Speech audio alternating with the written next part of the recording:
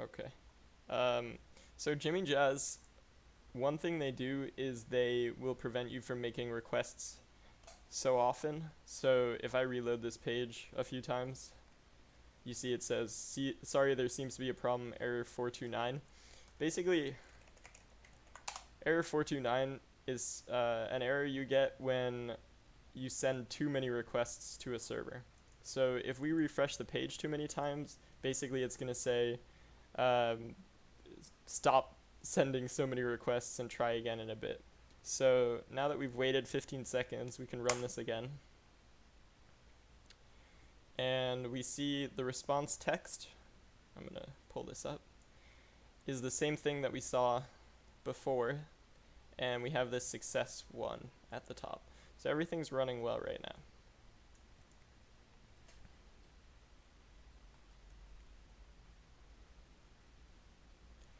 So now that we have the product in our cart, we need to check out. So if you remember that for the checkout, the first request we're going to want to make is a get request, or the first important request rather, is a get request on the checkout page. And so that's going to be this page right here. So we're just going to so the reason we need this page is we needed the form build ID in it. And so we're just going to copy this and we're going to just stick it in here for a bit. So similarly to how we made this soup thing up here, and then we went through it and found all the A tags, what we're going to do is we're going to find an input tag that has the name form build ID. So in this page there are 2 of them, and we're going to want to have the second one because the first one is for the sign-in form and the second one is for the checkout form. So first we're going to do def checkout. We're going to get our session in and we're going to say endpoint 0 equals this. And then we're going to do a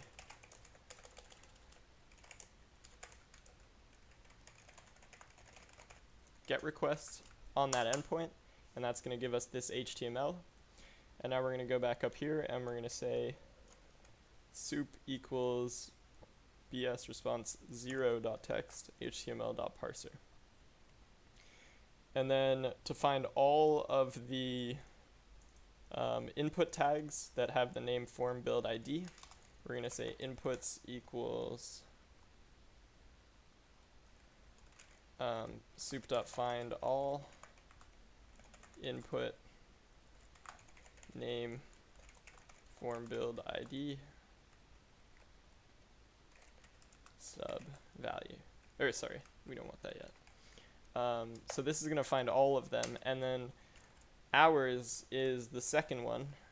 So we're going to do form build ID equals inputs sub 1. So that's going to give us the second one, because inputs sub 0 would give us this one, and inputs sub 1 is giving us the one that we want.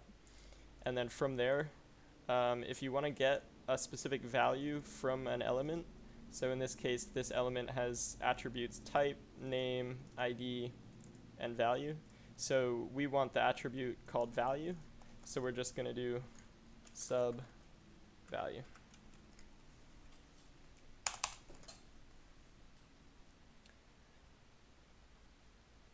Alright, so then the next request is just to, go through all of this stuff and then have this card info here, and let's clear everything out and just press review your order.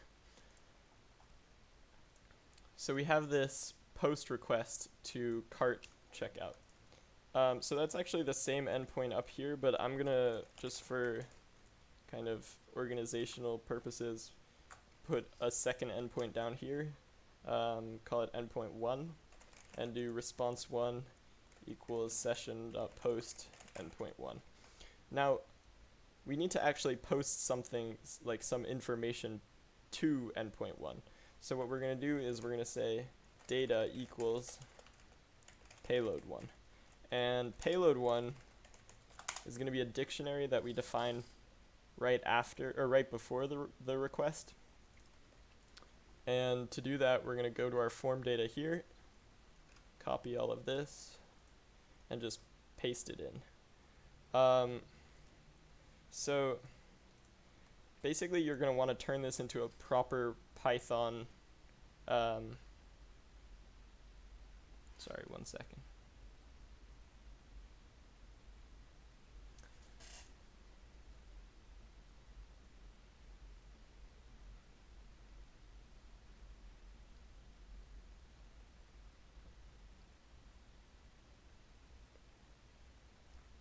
All right, so we're going to want to turn this into a proper Python dictionary, which I had up earlier, but I don't have now. But basically, there need to be quotes on either side of this.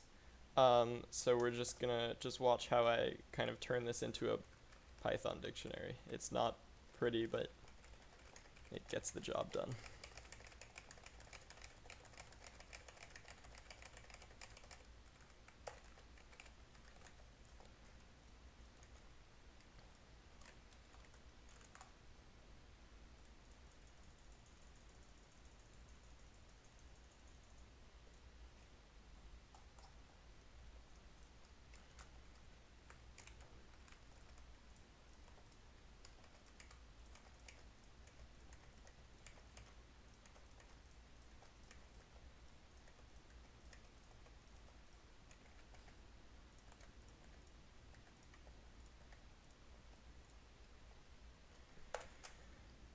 All right, so if we go through all of this, everything we can keep the same except the form build ID.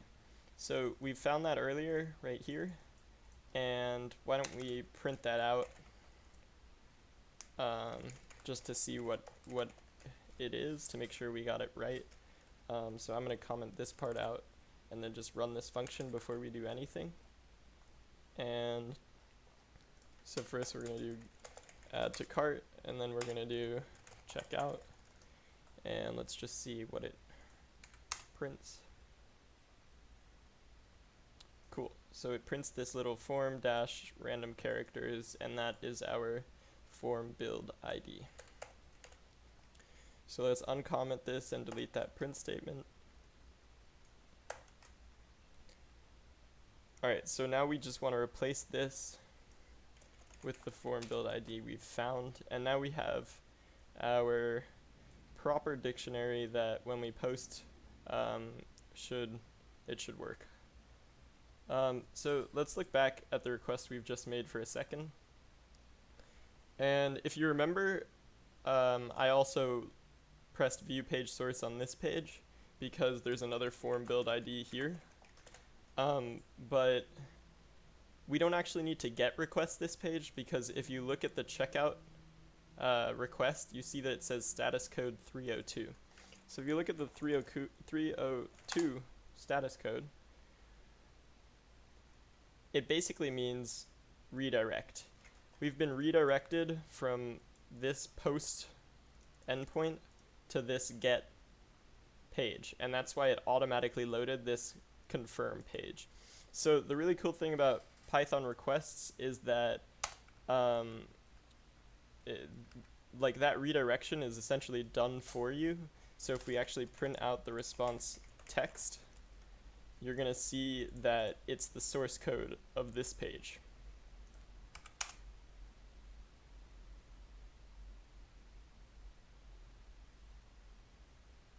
So we get a bunch of HTML, blah, blah, blah. And I'm going to copy all of this. Actually, I think there's too much. Well, anyway, so if we look through it and we just kind of look for something in this page, so let's look for payment information. So you'll notice that it kind of tells me this stuff, so that's how we know that it's this page that we're looking at.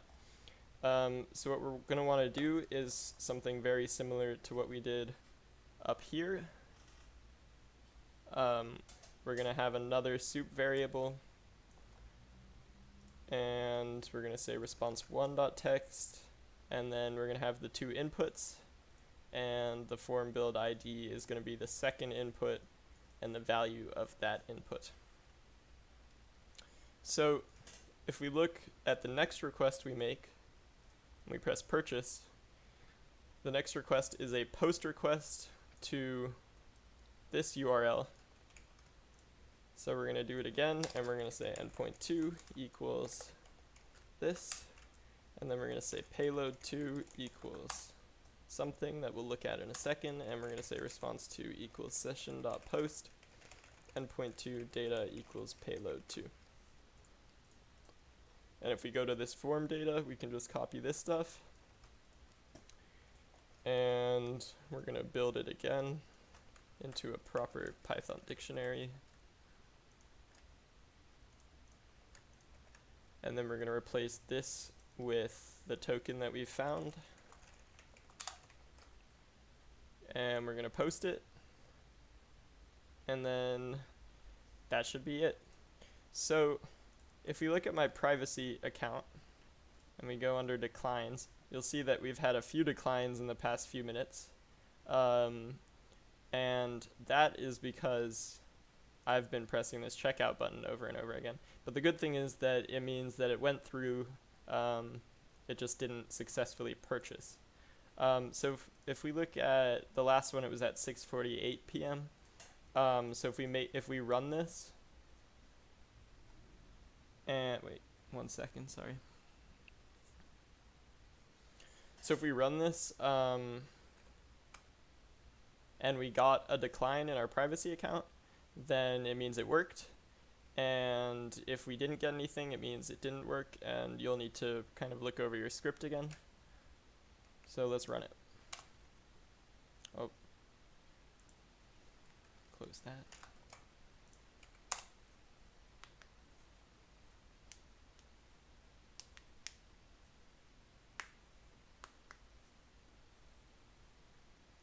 All right, so it's finished. So let's reload our privacy account, go under declines, and 6:50 p.m. we were declined for $88.74, which is what this was trying to charge us for. So that means it worked. So yeah, sometimes Jimmy Jazz, so like as I was saying earlier, if you go back to Jimmy Jazz and you just kind of reload it a few times,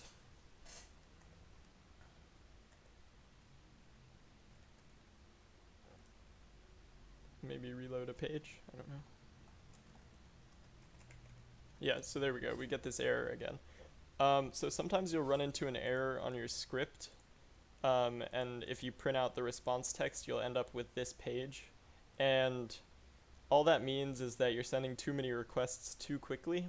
So there are two ways you can fix that problem. The first way would be to kind of add a bunch of pauses between the requests, which obviously isn't a very good idea because it'll slow your script down. And then the second way is to implement proxies, which I'm not going to show right now, but that is one valid solution, and requests deals with proxies pretty well, so it's not that hard to implement it into your code. Alright, so awesome, that's it. Obviously there are a ton of bad practices in this script, so like for example, the first one, you know, if you were running into that error, which you should watch out for, if I were to put in a bunch of like time.sleep 30 seconds in here, that wouldn't actually be helpful because it would take too long to check out.